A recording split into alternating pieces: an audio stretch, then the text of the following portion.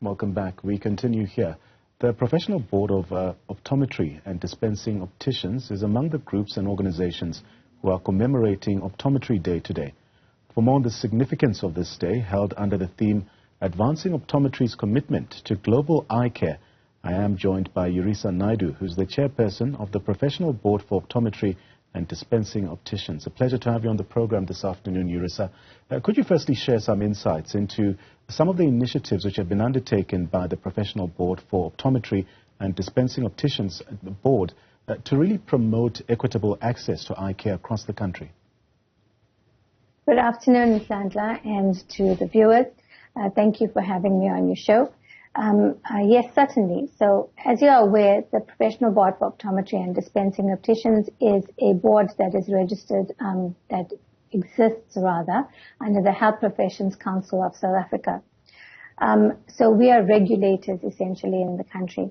One of the important initiatives that the board has undertaken in the years that have gone by, and one of the successful initiatives we've engaged with, is increasing the scope of optometry. So in other words, optometrists now do or are allowed by law to do a lot more than they were in the past. And by increasing the scope of optometry, we have thus created access for a greater number of people to eye care in the country. Also, it comes at a lower cost. So getting access to eye care through an optometrist will come at a lower cost for a certain condition in comparison to getting access for a more highly qualified professional such as an ophthalmologist, for example, for the similar condition. So, as mentioned in my theme, the theme for this year, or rather in my intro, is the theme is Optometry Day is Advancing Optometry's Commitment to Global Eye Care. Let's speak about the profession of optometry. How does it contribute to addressing the significant burden of preventable vision impairment, especially on a global scale? Yeah, that's a very good question. So one of our jobs and responsibilities as a regulator is to ensure that we actually look at what global developments and tendencies and trends, etc. are. And so the Professional Board for Optometry embraces the global initiatives that are taken by organizations such as the World Council of Optometry, WCO, and initiatives by organizations such as the International Association for the Prevention of Blindness, etc., etc. And one of the global initiatives is this particular observance of World Optometry Day and World Optometry Week. There are other observances such as glaucoma awareness, cataract awareness, diabetes awareness, etc., that the board has taken resolutions to actually support and conduct media releases, education campaigns around, etc. In addition to that, there are some specifically eye-related initiatives. One of them being, for example, myopia control or myopia management. So the World Council of Optometry recently, in the last few years, released a statement making myopia management a standard of care. And there is a global prediction of the amount of myopia or short-sightedness increasing exponentially by the year 2025. So the Professional Board has taken the initiative to engage with the education institutions, professional bodies, and with optometrists in general to actually start making myopia management part of their routine eye exam and eye testing. Let's speak about refractive errors and cataracts. I mean, they're seen or reported as major contributors to vision impairment worldwide. How does the Profession Board for Optometry and Dispensing Opticians then work to really raise awareness, like you've mentioned, and address these prevalent conditions within local communities? Okay, so as a regulator, again, it's our responsibility firstly to educate optometrists and to ensure that the standard of care that they provide to the public actually meets the board's requirements. And the board's requirements are also equated to international and global standards of care. One of our stakeholders, a very big stakeholder, is called the South African Optometric Association. We also engage with them. We engage with the universities, and we have stakeholder engagement that we hold annually, where we ask them about the conditions that they are faced with in providing eye care, and we try and regulate in the direction of supporting those initiatives.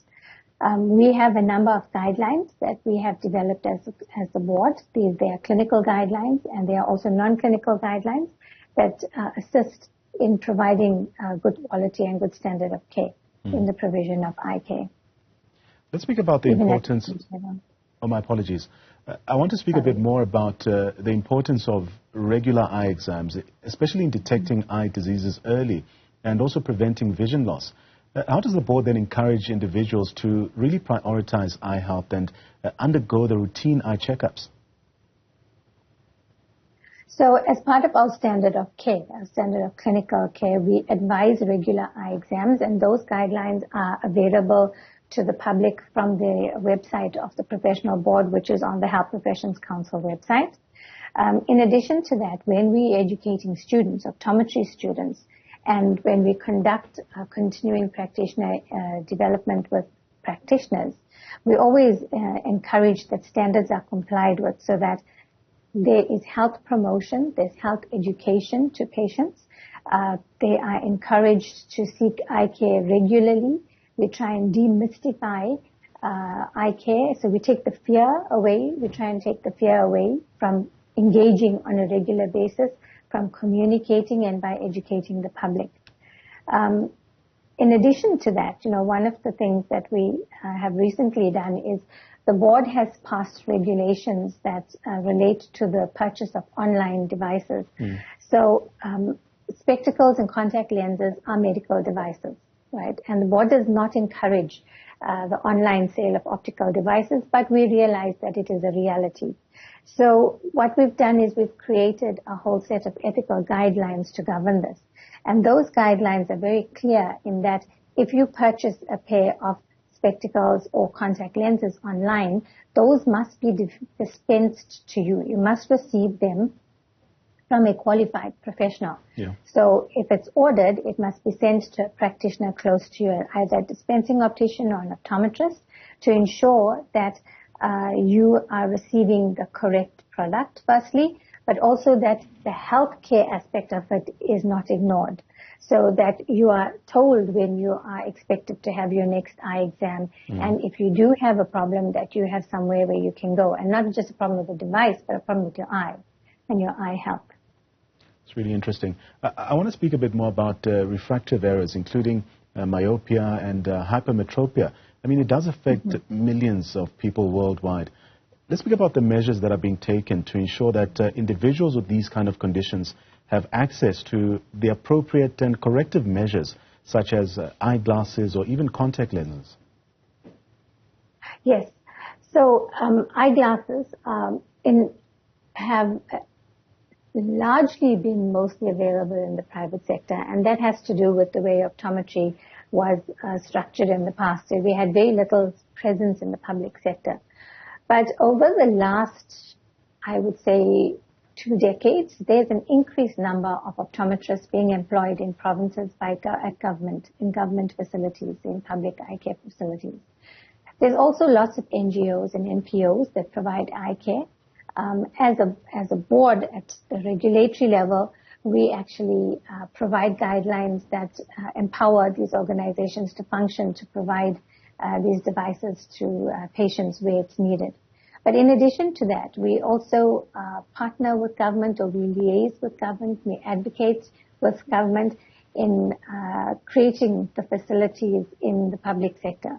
So creating more facilities with eye care, more hospitals, clinics, etc., with eye care services. Yurisa, in addition to providing corrective measures, how does the board then promote broader awareness of eye health and hygiene as well, or these hygiene practices, to really prevent vision impairment and related conditions as well? Yes, well, the board, through the Health Professions Council, we partner with stakeholders, such as government, as I mentioned previously, but also with organizations such as the South African Optometric Association, with the universities as well, to a very large extent, and we try and make access easier to all people from all socioeconomic backgrounds. I think the biggest stakeholder in that sense really is government. So in our association with government, that's one of the key things we do. But we also, in doing that, try and ensure that we're producing the right numbers of optometrists, the right quality, the right scope of practice so that optometrists can do more, and that where they are employed, they actually start being empowered to actually do more, to promote access to the socioeconomic groups that are less advantaged. As your parting shot, let us address the importance of comprehensive eye examinations and also accurate diagnosis. How does the board collaborate with optometrists and dispensing opticians to really ensure high standards of care and professionalism in this field? So as the regulator of the profession, one of our mandate is to protect the public and to guide the profession. And as part of that mandate, we provide standards for clinical care for the public. So the standards of practice that all optometrists, dispensing opticians, and other professionals registered with the board need to comply with. We also deal with complaints that we receive from the public, and we ensure that practitioners are compliant with CPD. Now, CPD is continuing practitioner development. Yeah.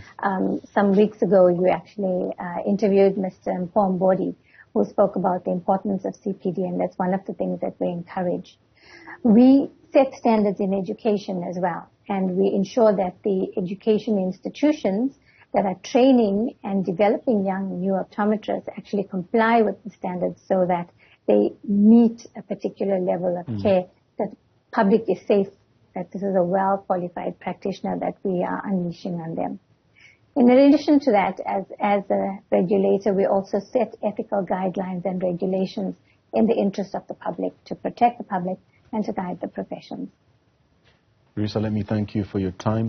That's Yurisa Naidoo. She's the chairperson of the Professional Board for Optometry and Dispensing Opticians, discussing with us the importance of Optometry Day 2024.